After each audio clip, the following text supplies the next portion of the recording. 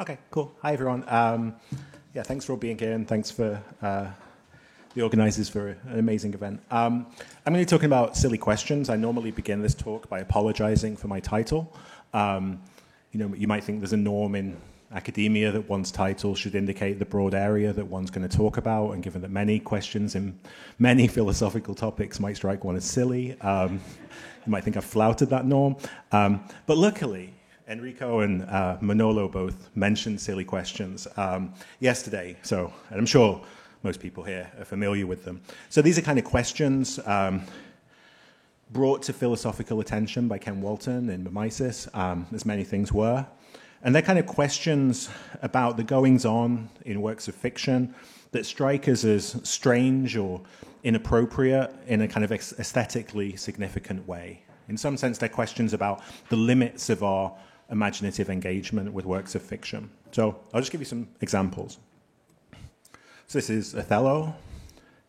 And the kind of classic example that Walton gives is, how on earth does Othello manage to speak such fine verse off the cuff in such distraught situations?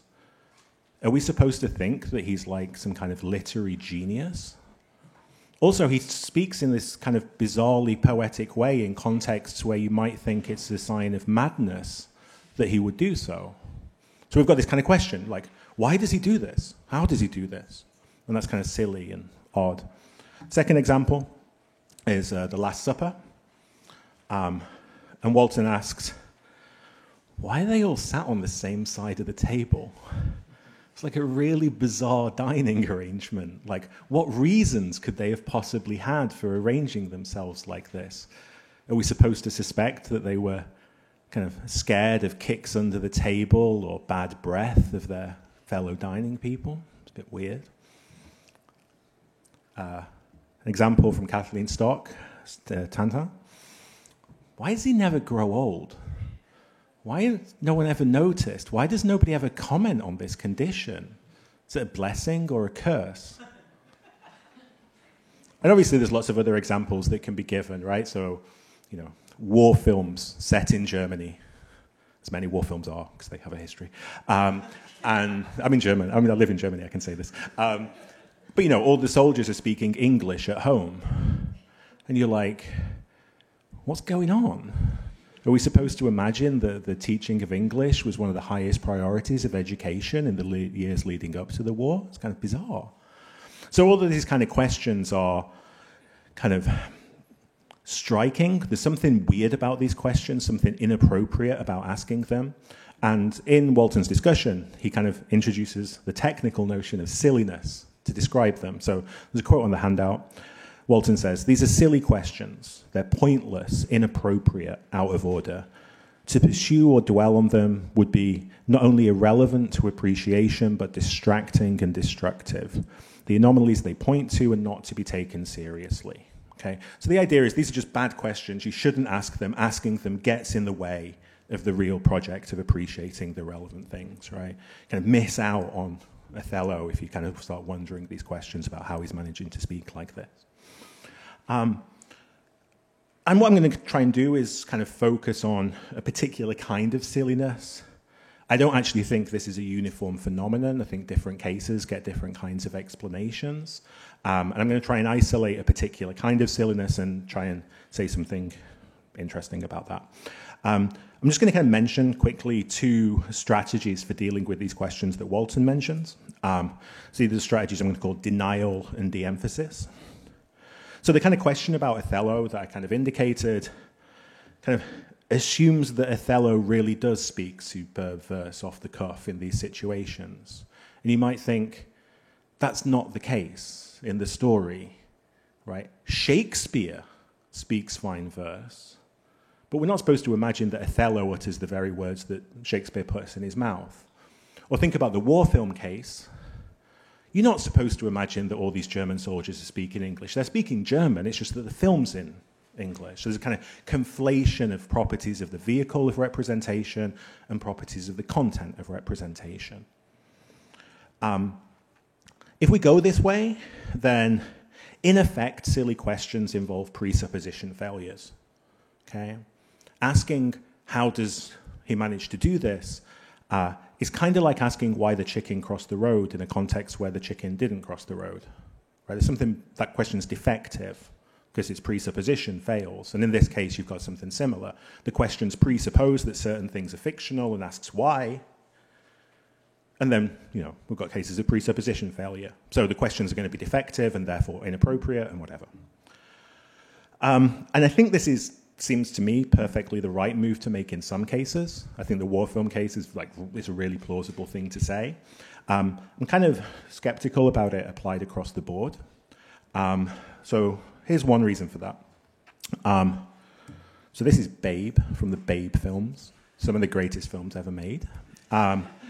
And, as you probably know if you've seen these films, and if you haven't seen the films, you should make that a priority. There's all these farmyard animals speaking to each other. And you might be like, well, what on earth's Farmer Hoggett been feeding the pigs and the cows, such that explains their linguistic competences? It's kind of bizarre. And then you could make the same move, right? Look, it's not true in the story that they're speaking to each other. But then, what the hell is going on? What kind of cosmic coincidence explains the apparent coordinated behavior of these things? It's even more bizarre. So we started with one silly thing. We said presupposition failure, but then we're left with other silliness, right? So we've pushed the silly bump around the carpet, or the bump around the silly carpet. I've not decided which way to express that. A second kind of case is, and this isn't it's just something to note. Silliness isn't set in stone. What's silly can shift around. So, nice example of this. So you might have seen South Park.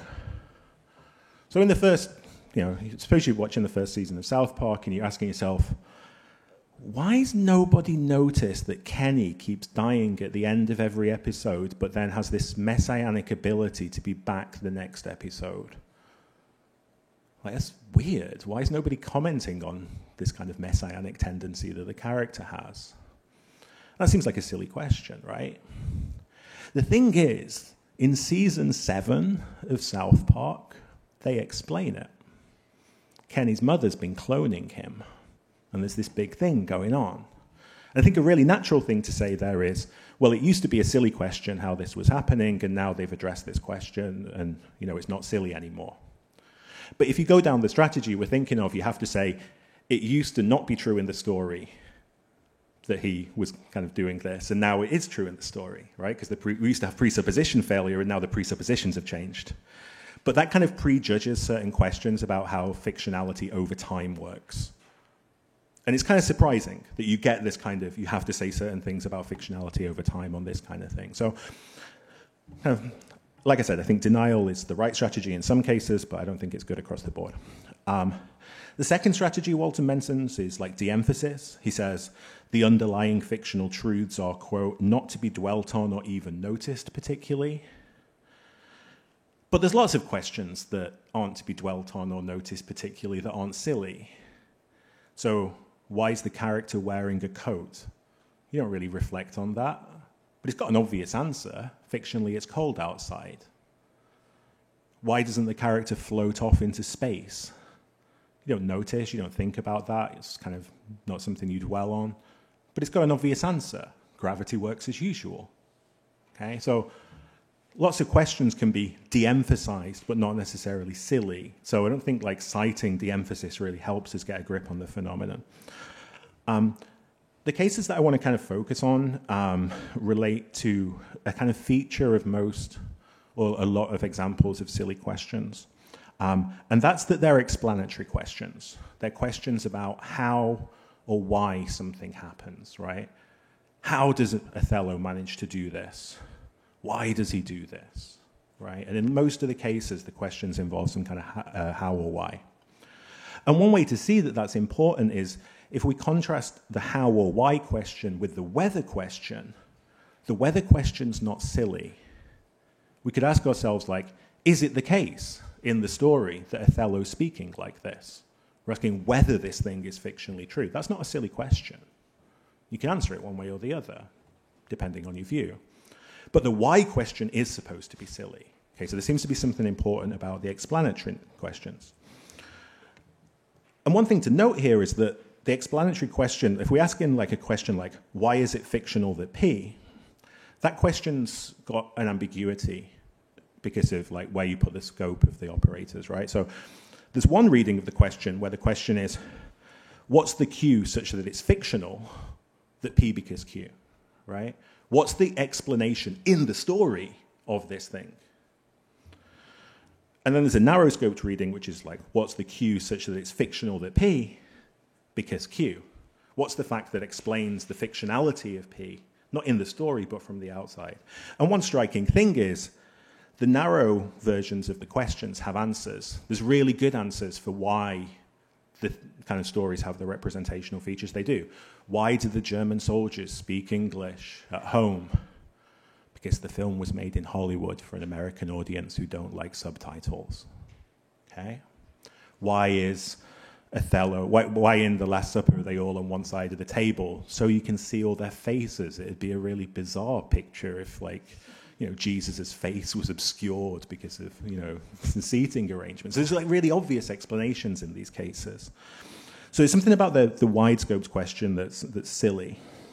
And one thing you might think is, well, the cases that we're thinking out plausibly involve a certain kind of incompleteness or explanatory gap. So you might think, look, there is no proposition such that it's fictional that P because of that proposition, right? There's no explanation given. Notice that's consistent with it being fictional that there's a proposition that explains it, right? But there is no proposition such that you can cite it as the thing that fictionally explains it. And one thing to note is that even if that's true, explanatory gaps don't generate silliness by themselves. There are lots of cases of explanatory gaps where the corresponding questions are perfectly fine. So for instance, suppose you're watching a film, there's a character wearing blue socks, and you ask yourself, why is the character wearing blue socks? That's going to be a case of explanatory incompleteness, no explanations given of that, but it's perfectly fine to imagine the character's wearing blue socks because they like blue socks. A different example, take the question of why was Deckard tense when doing the void camp test on Rachel? Okay, so this is in Blade Runner. And that question's not silly, even though there's no explanation that's given in the story of why he is. Indeed, you're supposed to ask that question, because one of the candidate answers is he's really tense because on some level he kind of thinks that if I did the test, maybe I'd fail and be revealed as non-human. Okay, so that's a kind of question of explanatory incompleteness where the corresponding explanatory question is central to understanding the aesthetic import of the film in question. So what I'm trying to isolate are cases that have the following form. I call them explanatory silliness. Cases where there's some proposition such that it's fictional, that proposition is the case. There's no proposition such that it's fictional that P because of that proposition. And the question of why it's fictional strikes as odd or inappropriate on the wide-scoped reading. Okay? Sorry, that is Deckard. I should have did that slide, but I forgot. So they're the cases I'm going to try and be interested in. To make headway, I'm going to kind of go back to an example, a puzzle about belief from Stolnacker's book, Inquiry. So this is William III. And on the way here, I was thinking this is a bit weird because I'm going to go to France and talk about wars with England and whatever, but it's Stolnacker's fault, not mine. So Stolnacker asked this question. He says, like, look, William III believed that England could avoid war with France. Okay, that's true. Then we ask ourselves, did he also believe that England could avoid nuclear war with France? And you're supposed to think there's something odd about that, because he didn't even have the concept of nuclear weapons, so how on earth would he have formulated thoughts about it or had beliefs about that thing? And the problem is that there's certain views about belief, for instance, the view Stolnacker likes, where you end up predicting that he does believe this thing. So this is the view I'm going to call belief as map. The view goes something like this. That's logical space. It's really small, but that's all of possibilities, right? And on kind of the way that we're thinking about this, what we do is we associate an agent or a subject with a belief state, a single state, that is somehow something like how they represent the world as being. Okay? And it's going to be like a subset of that region. Okay? And we say that a proposition is something that a subject believes if the proposition's true at every world that's in this state. And what we have is a case like this, because the proposition that England can avoid war entails that England can avoid nuclear war. And so the proposition that England can avoid nuclear war will be true at every world that's in his belief state. And that's a bad result. Okay, so over the other side. There's a kind of solution to this puzzle that Seth Yalchin gives in a 2018 paper that I really think is nice. So the way that Yalchin approaches this puzzle is he says, look, don't think of a belief state as just being drawn from any old set of worlds, right? What we should instead think is that a belief state's drawn from a kind of partition, a division of logical space into mutually exclusive and jointly exhaustive regions. So think of it like this. There's kind of like the divisions that a subject can make in logical space. Think of this as corresponding to the distinctions they can draw between possibilities. Okay? And now, go back. Now a belief state is a subpartition, right? And William can access the proposition that England can avoid war. Okay, that's going to be one of the subpartitions, corresponds to distinctions that he can draw. But the proposition that England can avoid nuclear war won't correspond to any subpartition, right? And then the view goes that we shouldn't think that the mere fact that Q is entailed in this case shows that he believes it, because belief isn't closed under any old kind of logical consequence. It's closed under visible consequence. Okay? So there's a kind of natural way of thinking about this in terms of questions. So lots of people think of questions as partitions on logical space, and answers to the questions correspond to, well, complete answers correspond to the cells in that partition. So on this kind of picture, we're basically asking ourselves, like, where are we in logical space? And on Stolnacker's view, the answer, a complete answer to that is a world, a complete specification of where you are. On this way of thinking, a complete answer is a cell, right?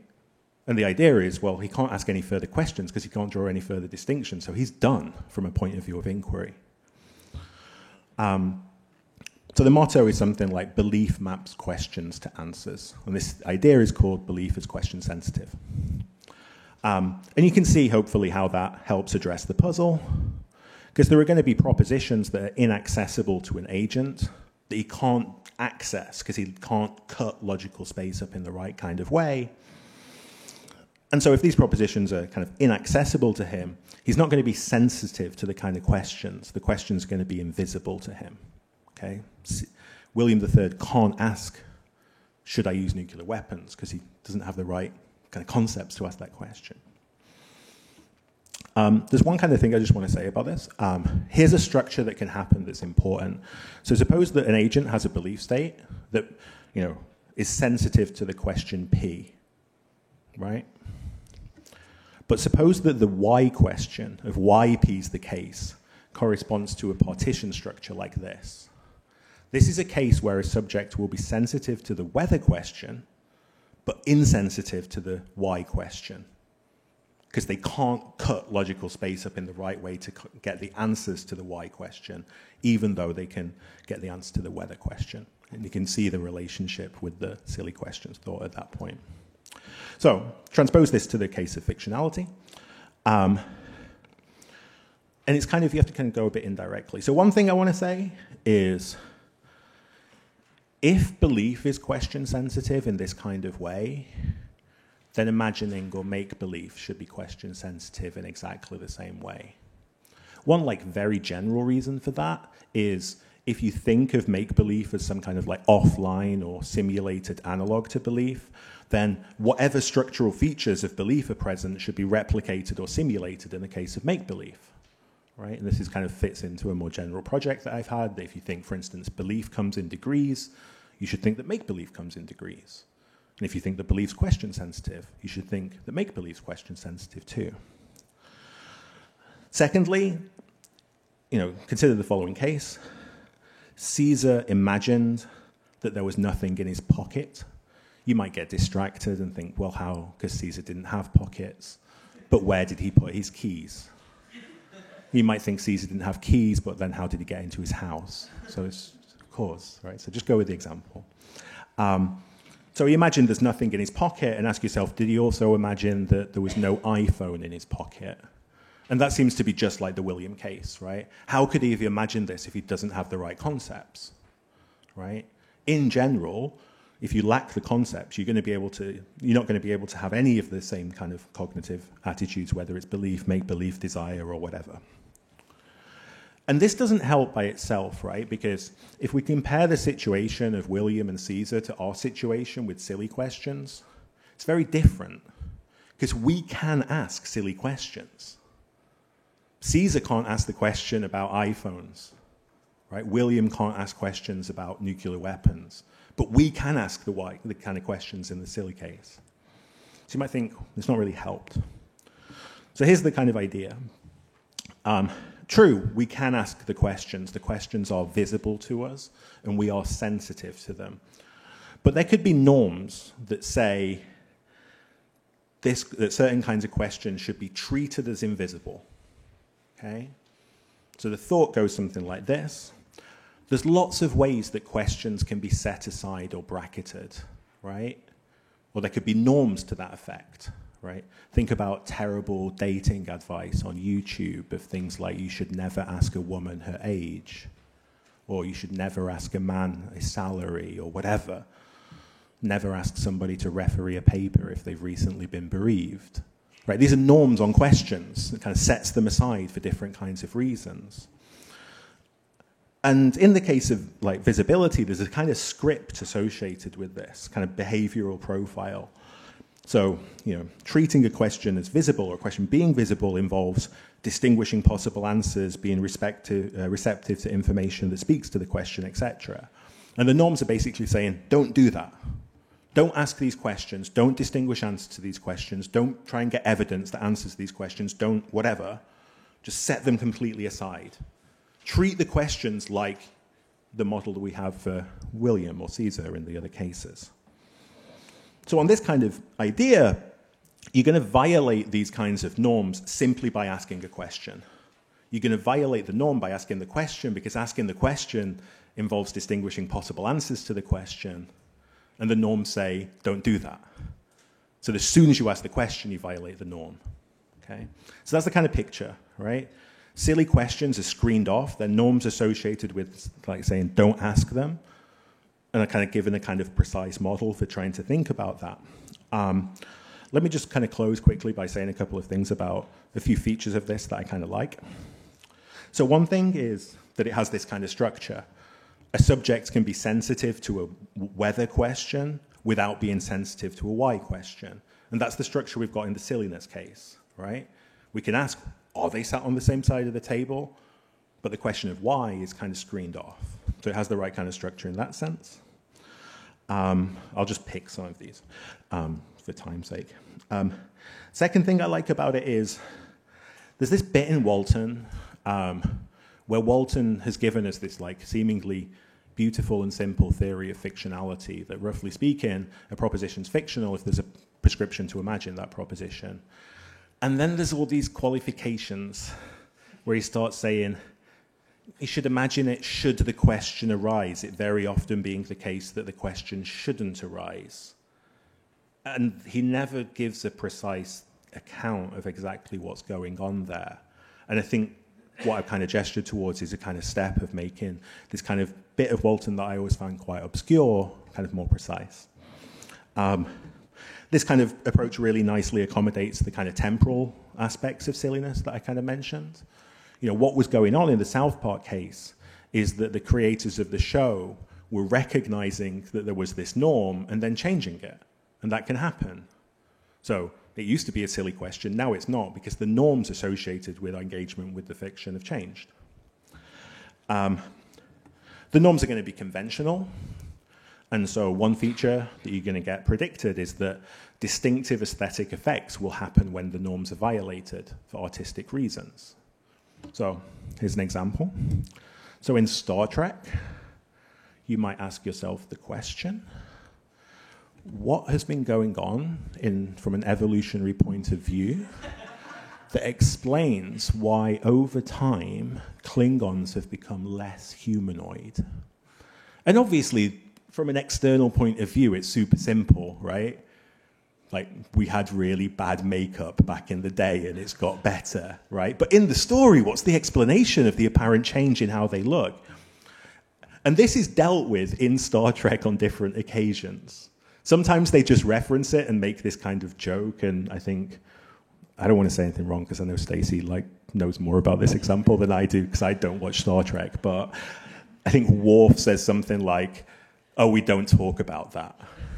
And then in one of the other Star Trek shows, they're like, try and give this long, complicated evolutionary explanation of it that everyone was like, that's terrible, and it's like, whatever. But it's like, they're taking this norm, and in the first case, recognizing it and doing something with it for an interesting aesthetic effect, and that's kind of predicted on this kind of account, I think. The norms are also going to be situation-specific. There's no problem with talking about silly questions in the pub or after this talk, because the norms aren't operative in that kind of context. But they are seemingly operative in appreciative context, and there's good aesthetic reasons for the norms being there. Okay? And I'm just going to close with one thing, which I'm not sure what I think about. Okay? So I'm going to give you an example, and you can think about what your intuitions are. So, it's fictional in The Hobbit that Bilbo never went to Mordor. And then we ask ourselves the question, is it also fictional in The Hobbit that Bilbo never quantum tunneled to Mordor? And some temporal stages of me think that that's like the William case. In some sense, I kind of sometimes think fictions are kind of like represent in a similar way to beliefs, right? Quantum possibilities are just not even in the vicinity of Lord of the Rings, and so they kind of like, they get screened off in some kind of way. Like I said, I'm not sure about this. This is I think this on like Tuesdays and Thursdays, and on other days I'm like, no, of course it is. But like, if you have the view that fictions represent in a similar way to maps or belief states, you get a way of articulating this phenomenon and accounting for it. And for instance, if you had Greg Curry's view of truth in fiction, this is exactly what you should say. Because Greg thinks that what's true in a story is what it's reasonable to attribute as a belief to some kind of implied narrator. But that's a belief, and so it's going to be question sensitive, and so you're going to get the same structure at the level of fictionality. I think you could get that result without the weird stuff about implied fictional authors, just by thinking of structural similarities between the way in which fictions represent and the way in which beliefs represent. But like I said, I'm not sure about that, what to think about that case. Sometimes I think they're analogous, sometimes I think they're not analogous. So I'll just leave it there. So I'm done, and now you can ask silly questions. Thank you.